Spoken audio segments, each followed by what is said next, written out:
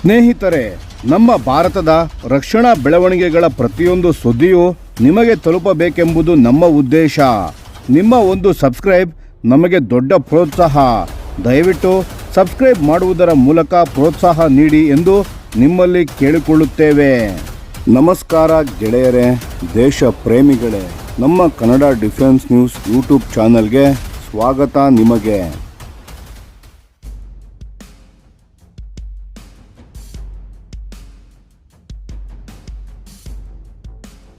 ನಮಸ್ಕಾರ ಸ್ನೇಹಿತರೆ, ಮತ್ತೊಮ್ಮೆ ಸ್ವಾಗತ ನಮ್ಮ ಚಾನಲ್ಗೆ. ಇವತ್ತು ಮಾತನಾಡೋದು ಭಾರತೀಯ ನೌಕಾಪಡೆಯ ಇತಿಹಾಸದಲ್ಲಿ ಒಂದು ಅದ್ಭುತವಾದ ದಿನದ ಬಗ್ಗೆ. ಏಪ್ರಿಲ್ 30, 2026ರಂದು ಮುಂಬೈನ Mazagon dock ship builders limited ಅಂದರೆ MDSLನಲ್ಲಿ ಭಾರತ ನಿರ್ಮಿತ ಸ್ಟೆಲ್ತ್ ಫ್ರಿಗೇಟ್ INS ಮಹೇಂದ್ರಗಿರಿಯನ್ನು ಅಧಿಕೃತವಾಗಿ ಭಾರತೀಯ ನೌಕಾಪಡೆಗೆ ಹಸ್ತಾಂತರ ಮಾಡಲಾಯಿತು. ಹಾಗಾದರೆ ಈ ಹಡಗು ಏನು ವಿಶೇಷ, ಯಾಕೆ ಇದು ಅಷ್ಟು ಮಹತ್ವದ್ದು, ಒಂದೊಂದಾಗಿ ನೋಡೋಣ ಬನ್ನಿ. ಪ್ರಾಜೆಕ್ಟ್ 17A ನೀಲಗಿರಿ ಕ್ಲಾಸ್ ಫ್ರಿಗೇಟ್. ಮಹೇಂದ್ರಗಿರಿ ಅನ್ನೋದು ನೀಲಗಿರಿ ಕ್ಲಾಸ್ ಅಥವಾ ಪ್ರಾಜೆಕ್ಟ್ 17A ಸರಣಿಯ 6ನೇ ಹಡಗು.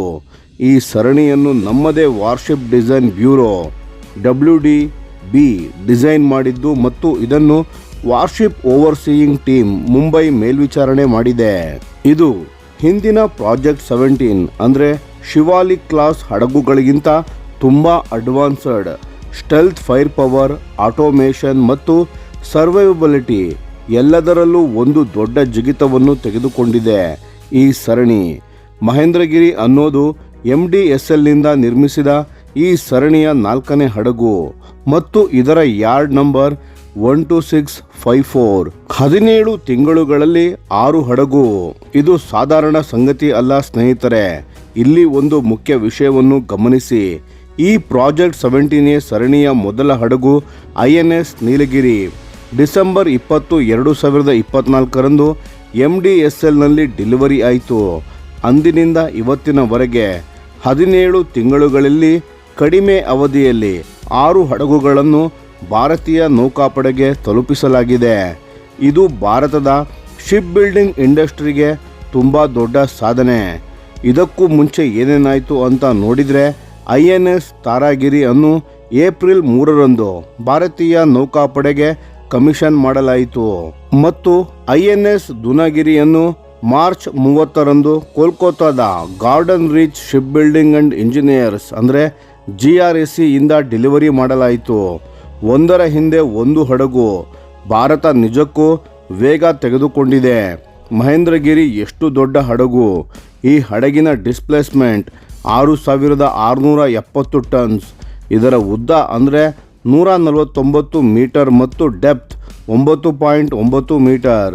ಸ್ಪೀಡ್ನ ವಿಷಯಕ್ಕೆ ಬಂದರೆ ಈ ಹಡಗು 28 ನಾಟ್ಸ್ ಅಂದರೆ ಗಂಟೆಗೆ ಸುಮಾರು 52 ಕಿಲೋಮೀಟರ್ ವೇಗದಲ್ಲಿ ಚಲಿಸಬಲ್ಲದು ಮತ್ತು ನಾರ್ಮಲ್ ಕ್ರೂಸ್ ಸ್ಪೀಡ್ ಆದ 16ರಿಂದ 18 ನಾಟ್ಸ್ನಲ್ಲಿ ಚಲಿಸಿದರೆ 5500 ನಾಟಿಕಲ್ ಮೈಲ್ಸ್ ಅಂದರೆ 10,000 ಕಿಲೋಮೀಟರ್ಗಿಂತ ಹೆಚ್ಚು ದೂರ ನಿರಂತರ ಚಲಿಸಬಲ್ಲದು.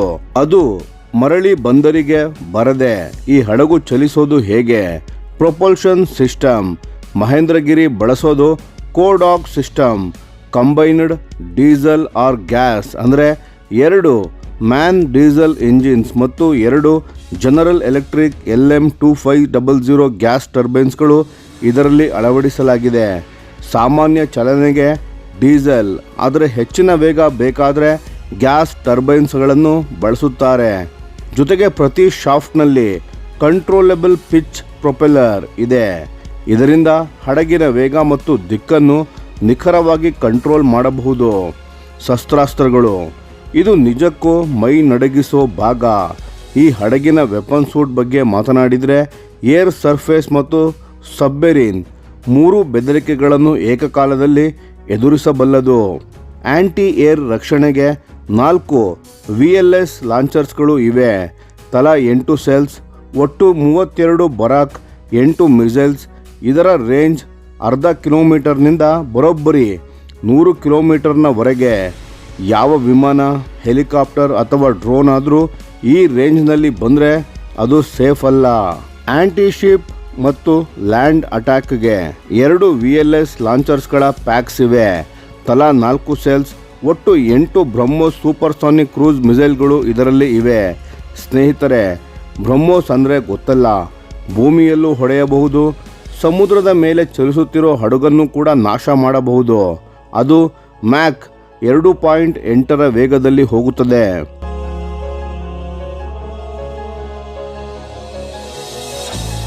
ಸೆನ್ಸಾರ್ಸ್ ಮತ್ತು ರೆಡಾರ್ ಕಣ್ಣಿಗೆ ಕಾಣದ ಶತ್ರುವನ್ನು ಹಿಡಿಯುತ್ತೆ. ರೆಡಾರ್ ವಿಭಾಗದಲ್ಲಿ ಇಸ್ರೇಲ್ನ IAIEL M2248 MF ಸ್ಟಾರ್, ಇದು S ಬ್ಯಾಂಡ್ AESA ರೆಡಾರ್ ಅನ್ನು ಹೊಂದಿದೆ. ಒಂದೇ ಸಾರಿ 16 ಗುರಿಗಳನ್ನು ಟ್ರ್ಯಾಕ್ ಮಾಡಬಲ್ಲ ಅದ್ಭುತ ಸಿಸ್ಟಮ್ ಇದು. ಜೊತೆಗೆ Indra LTR-25 ಲ್ಯಾನ್ಸಾ L band radar ಇದೆ. ಸರ್ಫೇಸ್ ಸರ್ಚ್ಗೆ ಸೋನಾರ್ ವಿಭಾಗದಲ್ಲಿ ನಮ್ಮ BEL ಕಂಪನಿ ನಿರ್ಮಿತ ಹಂಸ NG ಬೋ ಸೋನಾರ್ ಇದೆ. ಇದು ನೀರಿನ ಅಡಿಯಲ್ಲಿ ಚಲಿಸುತ್ತಿರೋ ಸಬ್ಮೆರಿನ್ಸ್ಗಳನ್ನು ಪತ್ತೆ ಮಾಡಬಲ್ಲದು. ಎಲ್ಲ ಶಸ್ತ್ರಾಸ್ತ್ರ ಮತ್ತು ಸೆನ್ಸಾರ್ಗಳನ್ನು ಒಂದು ಕೇಂದ್ರ ಸ್ಥಾನದಿಂದ ನಿಯಂತ್ರಿಸುವ CMS-17A ಕಾಂಬ್ಯಾಟ್ ಮ್ಯಾನೇಜ್ಮೆಂಟ್ ಸಿಸ್ಟಮ್ ಹಡಗಿನ ಮೆದುಳಿನಂತೆ ಕೆಲಸ ಮಾಡುತ್ತದೆ. ಎಲೆಕ್ಟ್ರಾನಿಕ್ ವಾರ್ಫೇರ್ಗೆ BELನ ಅಜಂತ EW ಸೂಟ್ ಇದೆ ಮತ್ತು 4 ಕವಚ್ ಡಿಕಾಯ್ ಲಾಂಚರ್ಸ್ಗಳು ಇವೆ. ಶತ್ರುವಿನ ಮಿಸೈಲ್ಗಳನ್ನು ಮಿಸ್ಲೀಡ್ ಮಾಡಿ ಹಡಗನ್ನು ರಕ್ಷಿಸಿಕೊಳ್ಳೋಕೆ ಇವು ಬಳಕೆ ಆಗುತ್ತವೆ. ಸ್ನೇಹಿತರೆ, ಆತ್ಮನಿರ್ಭರ ಭಾರತದ ಅಂಕಿ ಅಂಶಗಳು ಮಾತನಾಡುತ್ತವೆ. ಈ ಹಡಗಿನ ಅತ್ಯಂತ ಮುಖ್ಯ ಅಂಶ ಏನು ಅಂದರೆ ಇದರ ಸ್ವದೇಶಿ ಕಂಟೆಂಟ್ 75%, ಅಂದರೆ 4ರಲ್ಲಿ 3 ಭಾಗ ನಮ್ಮ ದೇಶದ್ದೇ. ಈ ಪ್ರಾಜೆಕ್ಟ್ನಲ್ಲಿ MDSLನಲ್ಲಿ 200ಕ್ಕೂ ಹೆಚ್ಚು MSME ಕಂಪನಿಗಳು ಭಾಗವಹಿಸಿವೆ. ನೇರವಾಗಿ 4,000 ಜನರಿಗೆ ಉದ್ಯೋಗ ಮತ್ತು ಪರೋಕ್ಷವಾಗಿ 10,000ಕ್ಕೂ ಹೆಚ್ಚು ಜನರ ಜೀವನೋಪಾಯ ಈ ಪ್ರಾಜೆಕ್ಟ್ನಿಂದ ಸಾಧ್ಯವಾಗಿದೆ. ಇದು ಕೇವಲ ಒಂದು ಹಡಗು ಅಲ್ಲ, ಇದು ಭಾರತದ ಮ್ಯಾನುಫ್ಯಾಕ್ಚರಿಂಗ್, ಇಂಜಿನಿಯರಿಂಗ್ ಮತ್ತು ಇನೋವೇಷನ್ ಶಕ್ತಿಯ ಸಂಕೇತ. INS ಮಹೇಂದ್ರಗಿರಿ ಭಾರತೀಯ ನೌಕಾಪಡೆಗೆ ಸೇರ್ಪಡೆ ಆಗೋದರಿಂದ ಹಿಂದೂ ಮಹಾಸಾಗರ ಪ್ರದೇಶದಲ್ಲಿ ನಮ್ಮ ನೌಕಾಪಡೆಯ ಶಕ್ತಿ ಇನ್ನಷ್ಟು ಹೆಚ್ಚಾಗಲಿದೆ. ಭಾರತ ತನ್ನ ಸಮುದ್ರ ಗಡಿಗಳನ್ನು ರಕ್ಷಿಸಿಕೊಳ್ಳೋಕೆ ಮತ್ತು ಅಗತ್ಯ ಬಿದ್ದರೆ ಆಕ್ರಮಣಕ್ಕೂ ತಯಾರಾಗಿದೆ ಎಂಬ ಸ್ಪಷ್ಟ ಸಂದೇಶ ಈ ಹಡಗು ಕೊಡುತ್ತಿದೆ. ಸ್ನೇಹಿತರೆ, ಈ ವಿಷಯದ ಬಗ್ಗೆ ನಿಮ್ಮ ಅನಿಸಿಕೆ ಮತ್ತು ಅಭಿಪ್ರಾಯಗಳನ್ನು ದಯವಿಟ್ಟು ಕಾಮೆಂಟ್ ಮಾಡಿ ತಿಳಿಸಿ. ಧನ್ಯವಾದಗಳು.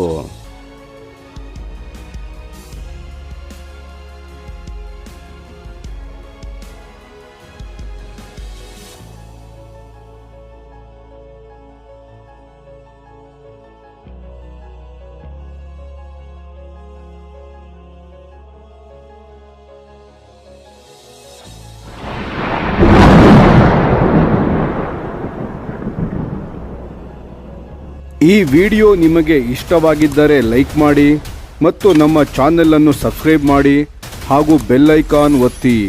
ಯಾವ ಅಪ್ಡೇಟ್ಗೂ ಮಿಸ್ ಆಗಬೇಡಿ. ಡಿಫೆನ್ಸ್ ಸುದ್ದಿಗಳನ್ನು ತ್ವರಿತವಾಗಿ ಪಡೆಯಿರಿ. ನಿಮ್ಮ ಬೆಂಬಲವೇ ನಮ್ಮ ಶಕ್ತಿ. ಭಾರತ ಬಲಿಷ್ಠವಾಗಲಿ ಎಂದು ಆಶಿಸುತ್ತಾ ಭಾರತ ಮಾತೆಗೆ ಜೈ. ಧನ್ಯವಾದಗಳು.